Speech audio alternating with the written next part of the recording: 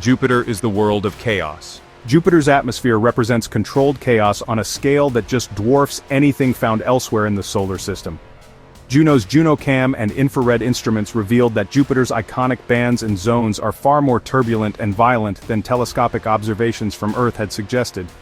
Wind speeds reach 640 kilometers per hour at the equator, driven by the planet's rapid 9.9-hour rotation period that creates the fastest day of any planet in our solar system.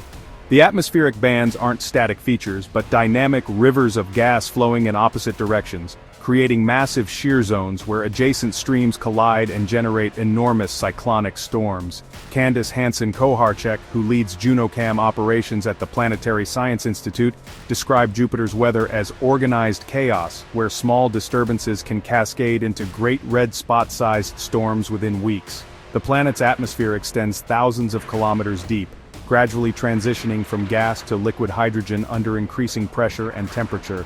Juno's microwave radiometer detected ammonia concentrations varying dramatically with depth and latitude, suggesting complex convection patterns that transport material between atmospheric layers.